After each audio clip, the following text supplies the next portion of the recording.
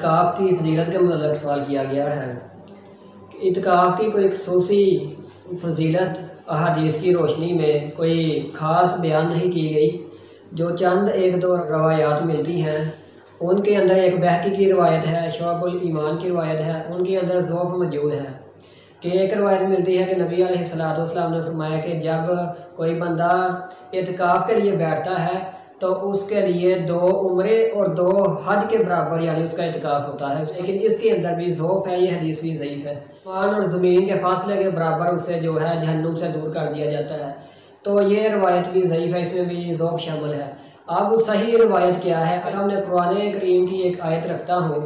अल्लाह रब्बुल इज़्ज़त कुरान मजीद के अंदर फरमाते हैं कि इन्ना अंज़लनाहु फ़ी लैलतिल क़द्र, कि ये रमज़ानुल मुबारक का महीना वो है, ये आखिरी अशरा वो महीना है जिसके अंदर एक रात है जिसे लैलतुल क़द्र कहा जाता है।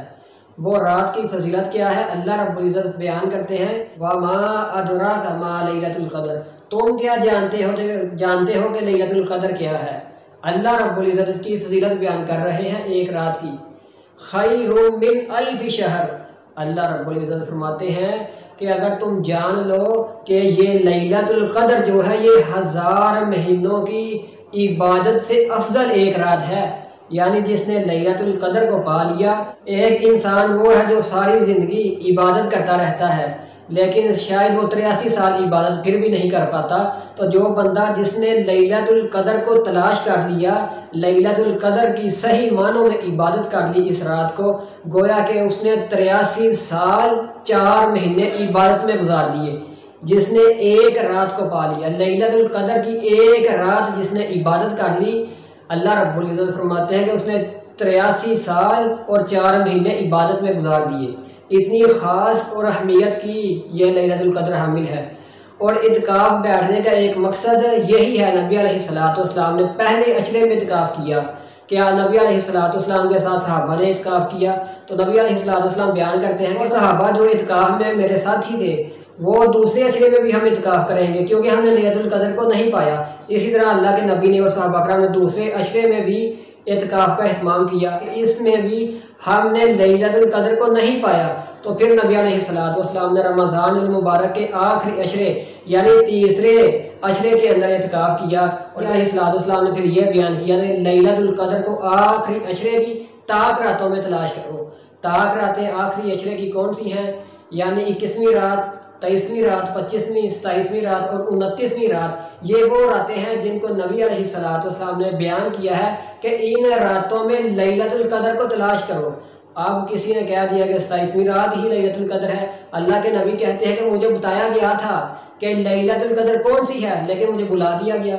अब हम ये कह दें कि लैलतुल क़द्र जो है वो 27वीं को है, उसी पर जम कर बैठ जाए।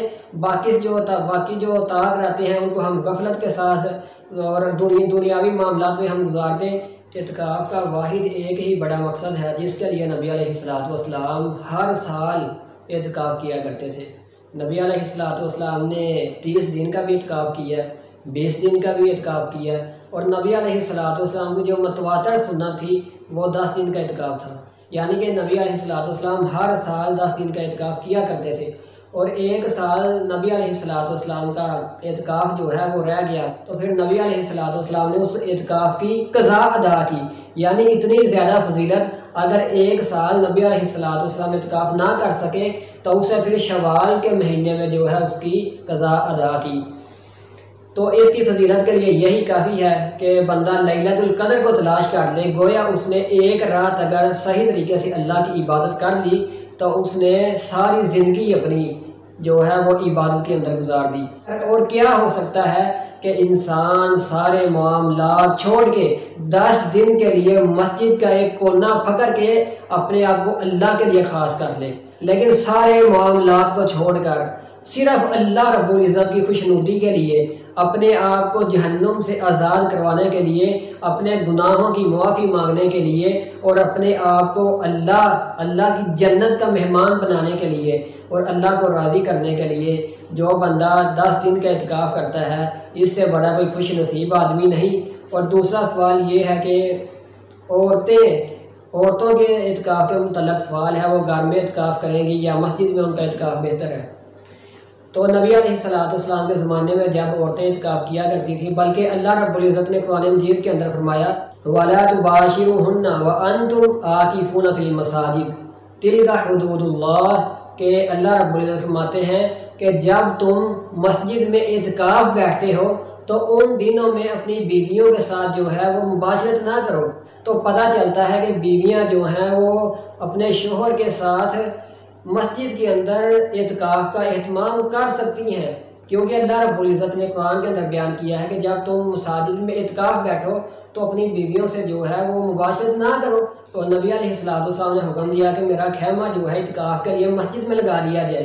तो जब आपकी अज़वाज ने देखा कि नबी का खैमा मस्जिद में लगा दिया गया है तो उन्होंने हुक्म दिया कि हमारे खैमे जो हैं वो भी नबी अलैहिस्सलाम के खैमों के साथ जो है वो खैमे लगा दिए जाए इत्काफ के लिए। इत्काफ में बैठने का इरादा किया तो वो मस्जिद में किया, यानी अगर नबी अलैहिस्सलाम की अज़वाज भी नबी अलैहिस्सलाम के साथ मस्जिद में इत्काफ का जो है वो इरादा रखती थी तो पता ये चलता है कि जो सुन्नत है, जो इस्लाम है, वो औरत और मर्द का इत्काफ मस्जिद में है।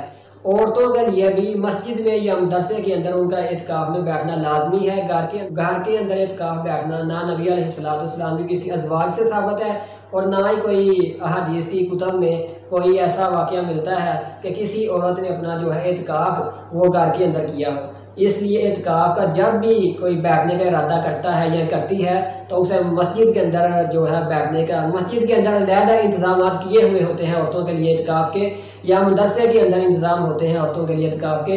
तो जो सुन्नत है नबी अलैहिस्सलाम की और आपकी अज़वाज की वो मस्जिद में जाकर बैठने की है।